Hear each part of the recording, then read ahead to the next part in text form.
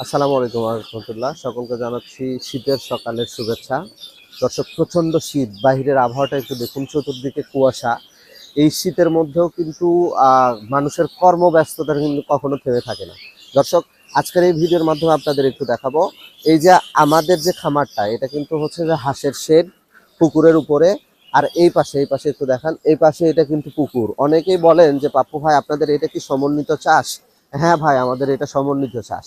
এখন সমন্বিত চাষের ক্ষেত্রে আমাদের উপরে যেহেতু হাঁস রয়েছে এবং নিচে মাছ রয়েছে, উপরে হাঁস এবং নিচে মাছের ক্ষেত্রে বেশ কিছু সুবিধা রয়েছে।